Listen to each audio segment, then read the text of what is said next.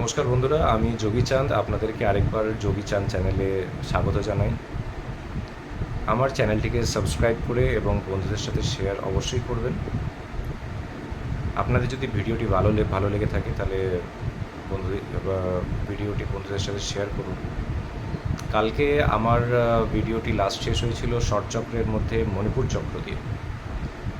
আজকে আমি মণিপুর চক্র, নাভি চক্রের উপরে আমাদের অনাহত চক্র, বিশুদ্ধি চক্র এবং আজ্ঞা চক্র, এই তিনটে নিয়ে ডিসকাস করব। আমাদের সাবকনশিয়াস মাইন্ডের সাথে এই যে শর্ট চক্র, তার একটা খুব গভীর একটা সম্পর্ক আছে। কারণ এই যে তত্ত্ব, বিভিন্ন এলিমেন্ট, এই যে 5 এলিমেন্ট, এই 5 এলিমেন্ট কিন্তু আমাদের এক্সিস্টেন্সের মূল কারক। তো এই যে 5টা তত্ত্ব, সেই 5টা তত্ত্বকে শুধুমাত্র বোঝার বিষয়, জানার বিষয় এবং তাকে সাধনা করার বিষয়। তো মণিপুর চক্র লাস্ট বলেছিলাম, সেটা হচ্ছে অগ্নিতত্ত্ব, সূর্যতত্ত্ব, যেখানে আমরা যখন খাবার খাই সেটা পাচন হয় এবং আমাদের শরীরের উষ্ণতাও সেই মণিপুর চক্রই কিন্তু প্রোভাইড করে। তো now we will start with the next chakra, that is the Anahata chakra. So Anahata chakra is the heart chakra. আমাদের এই যে হার্ট চক্র, সেই হার্ট চক্রকে বলছে অনাহত। অনাহত মানে কি? আহত মানে যেখানে আহত, মানে যেখানে কোনো রকম কোনো এমন একটি আওয়াজ যেটা কোনো কিছুর সাথে আঘাতবিহীন আওয়াজ, সেই আওয়াজটা কি? অনাহত। অনাহত মানে হচ্ছে যে আপনার যে হৃদয়ের যে বিট, হার্টবিট, সেটাই কিন্তু আপনার অনাহত চক্র। কিন্তু কেন অনাহত বলা হচ্ছে? কারণ সেই যে আপনার যে ধুকপুকানি আওয়াজের যে এই যে সাউন্ডটা, ধুকপুক ধুকপুক, আপনি যদি একটু খেয়াল করে দেখেন তাহলে এই আওয়াজটা কিন্তু কোনো কিছুর সাথে ধাক্কা লেগে হচ্ছে না, সে কিন্তু সেটার যে ফাংশনিং, সেটারই কিন্তু সেটা আওয়াজ, একটা ন্যাচারাল আওয়াজ। তো সেটাই হচ্ছে অনাহত চক্র। তো এই অনাহত নাদ আমরা হয়তো অনেক সময় শুনে থাকি, সেই অনাহত নাদ কিন্তু আমাদের অনাহত চক্রেই কিন্তু প্রকট হয় সাধনার একটা সার্টেন স্টেজে গিয়ে। তো এই অনাহত চক্র হচ্ছে কোন তত্ত্ব? এটা হচ্ছে বায়ু তত্ত্ব। যেমন ধরুন আপনি হয়তো আগুন জ্বালালেন, সেই আগুনটা কিন্তু বায়ু ছাড়া জ্বলবে না, আর সেটা কিন্তু উপরের দিকে, বায়ুর দিকেই যাবে, কিন্তু সেটা বায়ুর হাওয়াতেই কিন্তু সেটা নড়াচড়া করবে। তো সেই হাওয়া, সেই বায়ুতত্ত্ব, সেই বায়ুতত্ত্বই কিন্তু আমাদের এখানে এই তত্ত্বে, আমাদের যে চক্র, হার্ট চক্র, এটাতেই কিন্তু আছে। আপনি যদি নিজেরই হার্ট চক্রতে যদি ফোকাস করেন তাহলে দেখবেন যে আপনার বুকটা কেমন যেন খালি হয়ে গেছে, যে মানে আপনি খুব ভালো করে নিঃশ্বাস নিতে পারছেন। তার জন্য একটা ছোট্ট এক্সারসাইজ দিই। আপনি যখনই বসবেন, যদি দিনে আপনার সময় হয় 5 মিনিট, তাহলে বসবেন চোখ বন্ধ করে, এই ভিডিওটা দেখার পরেও করতে পারেন। বসে চোখ বন্ধ করে আগে গভীর নিঃশ্বাস নেবেন আর ছাড়বেন 5 বার। 5 থেকে 1 গুনবেন। যখন 5 গুনবেন তখন একবার নিঃশ্বাস নেবেন,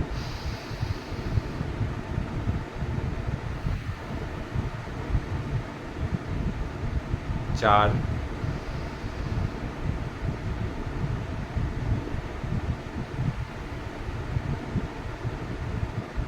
3,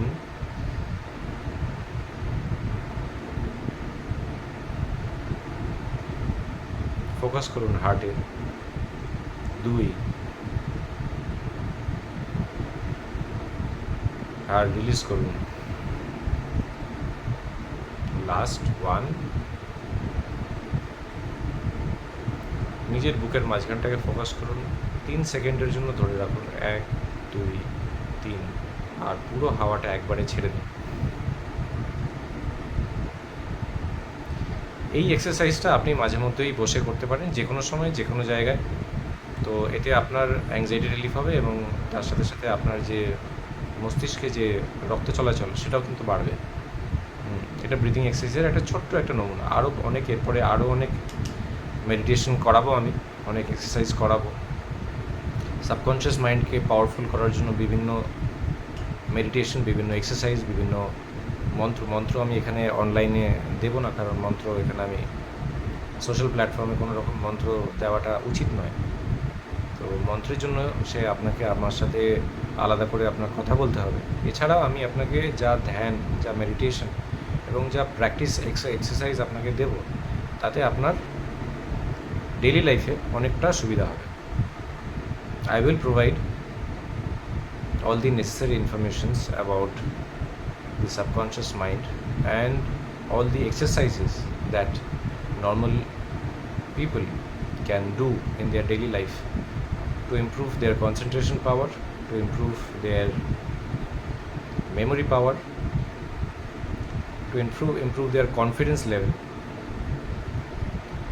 and also removal of anxiety, depression, or any kind of other health or mental issues. তো আপনারা এই চ্যানেলটিকে সাবস্ক্রাইব করে এবং ফলো করতে থাকুন। আমি বিভিন্ন সময় বিভিন্ন মেডিটেশন এবং বিভিন্ন এক্সারসাইজ আমি দিতে থাকবো, ছোটো ছোটো এক্সারসাইজ, ছোটো ছোটো মেডিটেশন। আপনারা সেটাকে ফলো করতে পারেন এবং সেটাতে আপনার কিন্তু অনেক সাবকনশিয়াস মাইন্ড কিন্তু অনেক বেশি পাওয়ারফুল হবে। তো এরপরে আসি অনাহত চক্র, বায়ুতত্ত্ব। এই বায়ুতত্ত্বেই কিন্তু আমাদের যাবতীয় মাধ্যম, যে মাধ্যমে আমি আপনার সাথে কথা বলছি সেটা কিন্তু বায়ুতত্ত্বের মাধ্যমে। যদি মাঝখানে যদি বায়ু না থাকতো তাহলে কিন্তু আমি আপনার সাথে কথা বলতে পারতাম না। যে নিঃশ্বাসটা নিচ্ছি সেই নিঃশ্বাসটা কিন্তু আমার গিয়ে ফুসফুসেই কিন্তু গিয়ে জমা হচ্ছে। সেই ফুসফুস সেটাই কিন্তু হাওয়া, অ্যালভিওলি, এয়ার স্যাক, ছোটো ছোটো এয়ার পকেট, যেখানে অক্সিজেন স্টোর হয় এবং সেটা ডিস্ট্রিবিউট হচ্ছে, হার্টে যাচ্ছে, হার্ট সেটাকে অক্সিজেন ব্লাডে পাঠাচ্ছে। তো এই যে এটা ছাড়া আপনি বাঁচতে পারবেন না। আপনি জল না খেয়ে, খাবার না খেয়ে থাকতে পারবেন, কিন্তু আপনি নিঃশ্বাস না নিয়ে থাকতে পারবেন না। কিন্তু আপনারা এতটাই আনকনশিয়াস থাকেন যে আপনি নিজেই জানেন না যে 1 মিনিটে আপনি কতবার নিঃশ্বাস নিচ্ছেন আর কতবার আপনি প্রশ্বাস করছেন। আপনি কিন্তু জানেন না সেটা। তো নিজের শরীরের ব্যাপারে জানাটা খুব জরুরি এবং আপনি যদি শরীরের উপর যদি একটুখানি যদি ফোকাস করেন, যদি এটাকে একটুখানি যদি সাধনার মাধ্যমে যদি আপনি উন্নত করার চেষ্টা করেন, তাহলে দেখবেন যে এই শরীরটাই আপনাকে এত জায়গায় হেল্প করে দিচ্ছে যা আপনি কোনোদিনও ভাবতে পারেননি। তো এই অনাহত চক্র, তো এই অনাহত চক্রের মেডিটেশন আমরা যখন করি তখন আমরা এই হার্ট বিটের উপরে ফোকাস করি। হার্ট বিটের উপর যখন ফোকাস করি তখন এই হার্ট, আমাদের শরীরের যাবতীয় ঊর্জা, সেটা কিন্তু গিয়ে কনসেন্ট্রেট হয় আমাদের হার্টে। এমনকি ইউনিভার্সকেও আমরা একটা মেসেজ পাঠাই যে I am focusing on my heart chakra, please all the positive energies come and heal my heart chakra. আমি সেটা যদি সাধনার ভাষায় বলি তাহলে কিন্তু আমাদের আরাধ্য দেবী মা কালী, তাকে কিন্তু আমরা সবসময় হৃদয়বাসিনী বলি, তাকে কিন্তু আমরা সবসময় বুকে রাখি।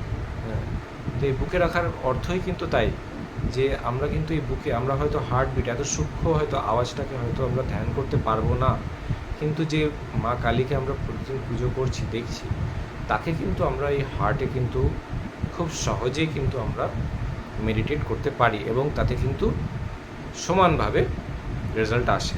তো যারা যোগী তারা এমনি শুধুমাত্র নিজের হার্টবিটটুকুই দেখার চেষ্টা করে খুবই সূক্ষ্মভাবে, আর যারা স্থূল আচার যারা পালন করেন তারা কোনো ইষ্টস্বরূপ, কোনো দেবস্বরূপ, দেবতা স্বরূপ, শিব, কালী, কৃষ্ণ, যে কোনো স্বরূপ তাকে নিজের হৃদয়ে রেখে কল্পনা করে, তাতে একই কিন্তু লাভ হয়। সাবকনশিয়াস মাইন্ড কিন্তু দুটোতেই একইভাবে কাজ করে। আজকে একটা ছোট্ট একটা এক্সারসাইজ দিয়েছিলাম যে আপনি যদি বসে, আপনাকে যদি বলি যে আপনি বসে একটা গোলাপি হাতির কথা ভাববেন না, আপনি কিন্তু এই ভাববেন না কথাটা কিন্তু আপনি আর ফলো করবেন না। আপনার সাবকনশিয়াস মাইন্ড কিন্তু আপনাকে একটা গোলাপি রঙের হাতিই কিন্তু দেখাবে।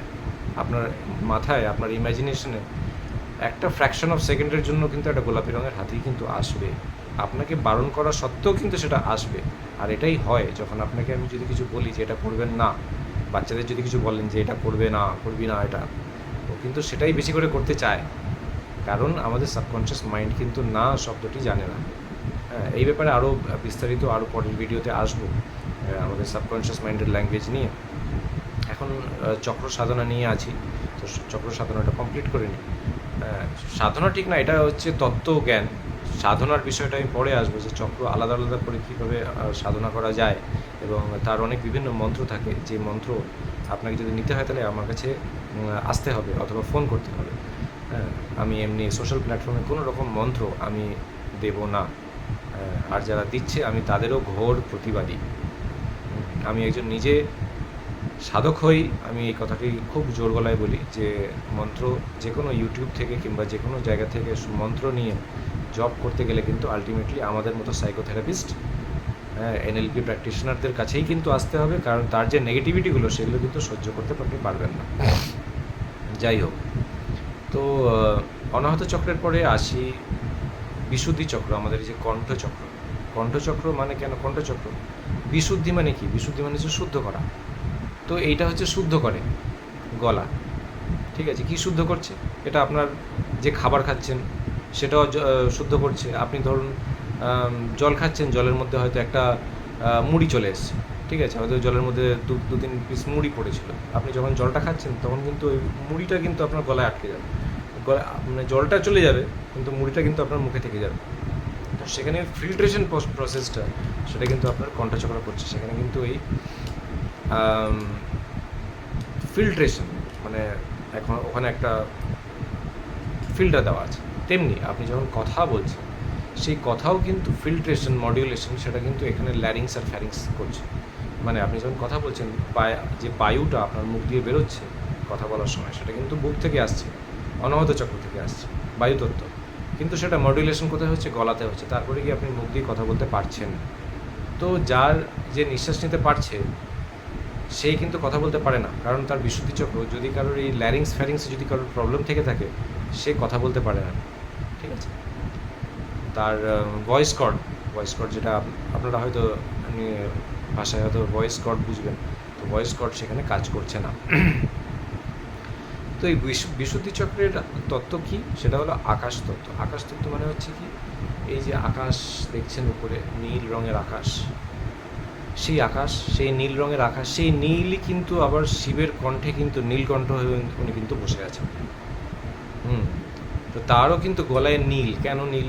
কারণ আপনাকে বলা হচ্ছে যে আপনি এই গলায় নীল রঙটা মেডিটেশন করুন, বুঝতে পারলেন? তো আপনি যখনই বসে ধ্যান করতে বসবেন, একটা পার্টিকুলার একটা প্রসেস আছে, হ্যাঁ, যেখানে আপনি নিজেই সেই জিনিসটাকে অনুভব করবেন যে গলায় নীল রঙ, সেই আকাশি নীল রঙটা যদি আপনি গলায় মেডিটেট করেন তাহলে আপনার কি লাভ হয়? তাতে আপনার বলার শক্তি বাড়ে, বাক শক্তি বাড়ে, আরও অনেক কিছু আছে, সেগুলো সব সাধনা পরের এপিসোডে আসবো। তো এটা হলো আকাশ তত্ত্ব। আকাশ তত্ত্বে আমাদের ওজোন লেয়ার, হ্যাঁ, আমাদের আকাশে কিন্তু অ্যাটমসফিয়ার, সেই অ্যাটমসফিয়ারের যে ওজোন লেয়ার সেটা কিন্তু একটা ফিল্ট্রেশনের কাজ করছে। যে কোনো জিনিস ফরেন পার্টিকেলস কিন্তু আসতে গেলে আগে ওজোন লেয়ারে কিন্তু ধাক্কা খায়, আর অর্ধেক কিন্তু ফরেন পার্টিকেল সেই ওজোন লেয়ার থেকে ধাক্কা খেয়ে কিন্তু পৃথিবীর থেকে বাইরে চলে যায়, পৃথিবীর দিকে আসতে পারে না। তো সেটা একটা ফিল্ট্রেশন করছে। সেই ফিল্টারটা কিন্তু আপনার এখানে গলাতেও আছে, যেটা উপরে ওজোন লেয়ারে যেটা কাজ করছে সেটা কিন্তু আপনার শরীরের মধ্যেও আছে। সেটা শুধু আপনি জানেন না, তাই জানেন কিন্তু মনে নেই। জানেন সবই কিন্তু মনে থাকে না। আমাদের জীবন একটা জীবন, এই মানবদেহ একটা জন্মের নয়, বহু জন্মের। আমরা পাস্ট লাইফ রিগ্রেশন করি মানুষকে আগের জন্মে, যারা যেতে পারেন তারা দেখতে পারেন। অনেকেরই সমস্যা থাকে, তাদেরকে পাস্ট লাইফে নিয়ে গিয়ে সেই সমস্যার যে রুট কজ, কারোর যদি হাইটে প্রবলেম থাকে, ফিয়ার অফ হাইট থাকে, তো তার কিন্তু কোথাও না কোথাও পূর্বজন্মে একটা ইমপ্রেশন ছিল, একটা মেমোরি ইমপ্রেশন অলরেডি তার আছে সাবকনশিয়াস মাইন্ডে, যে সে একটা হাইট থেকে পড়ে গেছিলো। আমরা কিন্তু তাকে ফেরত সেই জায়গাতেই আবার নিয়ে যাই, সেই কিন্তু পুরোটাই দেখে, আবার সেই জিনিসটাই আবার রিজলভ করে, আবার সেই রিগ্রেশন সেই রিগ্রেশনটা পাস্ট লাইফ রিগ্রেশন মানে হচ্ছে অনুতাপ। হ্যাঁ, তো পূর্বজন্মের অনুতাপ সেগুলোকে কাটানোর জন্য কিন্তু আমরা বসে আছি। তো আপনি নিজেও সেটা বাড়িতে চাইলে করতে পারেন। আপনি নিজেও চাইলে মেডিটেশন করে একটা পার্টিকুলার প্রসেসের মাধ্যমে, হ্যাঁ, নিজের সেলফ হিপনোসিস করে আপনি নিজে কিন্তু নিজের পাস্ট লাইফ দেখতে পারেন। আমি আপনাকে আস্তে আস্তে সব শেখাবো। আপনাদের সাপোর্ট আমার খুব প্রয়োজন। তো এই যে বিশুদ্ধি চক্র মানে হচ্ছে ওজোন লেয়ার, তার উপরে আরেকটা চক্র, সেটা হচ্ছে আজ্ঞা চক্র, যেটাকে বলি আমরা থার্ড আই। তো থার্ড আই বলতে আমরা বুঝি যে তৃতীয় নেত্র। তৃতীয় নেত্র কেন? তৃতীয় নেত্র মানে হচ্ছে এই দুটো চোখ, তার মাঝখানে উপরে একটা চোখ, যেটা যেমন শিবের কিংবা কালীর কিংবা দুর্গার আমরা দেখতে পাই যে তৃতীয় নেত্র। তৃতীয় নেত্রটা কি? তৃতীয় নেত্র হলো কোন তত্ত্ব? এই পঞ্চতত্ত্ব তো আমাদের হয়ে গেল, আকাশ তত্ত্ব, বায়ুতত্ত্ব, অগ্নিতত্ত্ব, তারপর জলতত্ত্ব, তারপরে পৃথিবী তত্ত্ব, মূলাধার। 5টা তত্ত্ব তো হয়ে গেল। আজ্ঞাচক্রের তত্ত্বটা কী তত্ত্ব? আজ্ঞাচক্রের তত্ত্ব হচ্ছে গুরু তত্ত্ব। সেই জন্য গুরু যখন শক্তিপাত করেন তখন কিন্তু এখানে টাচ করেন, অভিমন্ত্রিত করে উনি কিন্তু এখানে বীজ রোপণ করেন। আপনার যদি এই কানের দুটো কানের মানে একটা ছোট একটা যদি সরু একটা রড ইম্যাজিন করবেন, ব্যথা লাগবে, এই কানের মাঝখান দিয়ে যদি আমি ঢোকাই আর এখান দিয়ে যদি বার করি একদম সোজাসুজি, আর আপনার ঠিক এখান থেকে যদি ঢোকাই আর যদি এখান থেকে বার করি, ঠিক যে মিডল পোর্শন যেখানে ওটা টাচ করবে, যেখানে কানেকশন পয়েন্ট, কানেক্টিং পয়েন্ট, ঠিক সেই জায়গাটাকে আমরা বলি হচ্ছে থার্ড আই। কিন্তু এই থার্ড আই কিন্তু পিনিয়াল গ্ল্যান্ড নয়। অনেকেই ভুল ধারণায় ভোগেন যে পিনিয়াল গ্ল্যান্ডই হচ্ছে থার্ড আই, কিন্তু থার্ড আই কিন্তু সেটা নয়। থার্ড আই অ্যাকচুয়ালি কিন্তু তার একটা অন্য ব্যাখ্যা আছে। সেখানে কিন্তু পিটুইটারি আছে, হাইপোথ্যালামাস গ্ল্যান্ড আছে, পিনিয়াল গ্ল্যান্ড আছে, ঠিক আছে। আমাদের কিন্তু আমাদের এই যে কান আছে, চোখ আছে, নাক আছে, মুখ আছে, ত্বক আছে, এই বিভিন্ন সব কিছুর কিন্তু মিশেল একটা ওই থার্ড আই, ঠিক আছে। সব কিছুর মিশেল। শুধুমাত্র থার্ড আই মানে আমাদের একটা ভেতরে একটা চক্ষু আছে, সেটাকে উন্মোচন করবো, সেটা ভাবলে কিন্তু একদম ভুল ধারণা। তো আজকের ভিডিওটা এইখান পর্যন্তই আমি রাখবো। আজ্ঞাচক্র পর্যন্ত আমরা আজকে আলোচনা করলাম। এরপরে আমরা পরের ভিডিওতে আমরা আলোচনা করব যে সাবকনশিয়াস মাইন্ডের আমাদের জীবনে কি প্রয়োজন এবং আমরা কত কিছু আমাদের জীবনে পাল্টাতে পারি এই সাবকনশিয়াস মাইন্ড কন্ট্রোল করে, ঠিক আছে। আমরা যে ঘুমাই সেটাও কিন্তু সাবকনশিয়াস মাইন্ড পরিচালনা করে। আপনি যে নিঃশ্বাস নিচ্ছেন ছাড়ছেন প্রতি মিনিটে কবার সেটা হয়তো আপনি জানেন না, কিন্তু সেটাও কিন্তু আপনার সাবকনশিয়াস মাইন্ডই করছে। আপনি যে কোনো হয়তো আপনি গাড়ি চালাচ্ছেন, আপনি মনের মধ্যে ভাবছেন অফিসের কথা, কিন্তু আপনি যাচ্ছেন বাড়ি, আপনি পৌঁছে গেলেন বাড়ি, আর তারপরে গিয়ে ভাবছেন যে আমি কোন রাস্তা দিয়ে এলাম, সেটাও কিন্তু আপনাকে সাবকনশিয়াস মাইন্ডই কিন্তু নিয়ে আসে। এই সাবকনশিয়াস মাইন্ড যে একবার আনলক করতে পারে সে কিন্তু রাজা। সে তার ফিজিক্যাল লাইফে হোক, সে তার সাইকোলজিতে হোক, তার স্পিরিচুয়াল লাইফে হোক, সব কিছুর দরজা কিন্তু তখন সেটা খুলে যায়। তো এই নিয়ে পরে আরও বিভিন্ন আরও বিষয় নিয়ে আলোচনা করব। আপনারা আমার একটুখানি সহায়তা করুন, একটু শেয়ার করুন, আর চ্যানেলটিকে সাবস্ক্রাইব করে আরও মানুষদের একটু এই আলোচনায় আপনি নিয়ে আসুন। এতে আমাদের যে ধর্মের একটুখানি আপনারও কন্ট্রিবিউশন থাকবে, একটুখানি কন্ট্রিবিউশন আমারও থাকবে। আমাদের যে সত্য সনাতন, সেই সত্য সনাতনেরই আমরা লড়াই করে যাচ্ছি, এখনও পর্যন্ত করছি এবং আগেও করতে থাকবো। তো আজকের ভিডিও এখান পর্যন্তই। যোগী চাঁদ আজকের মতো আপনার থেকে বিদায় নিচ্ছে। আদেশ গুরুজিকে। সবাই ভালো থাকবেন এবং পরের ভিডিও সাবকনশিয়াস মাইন্ড নিয়ে নজরে রাখবেন।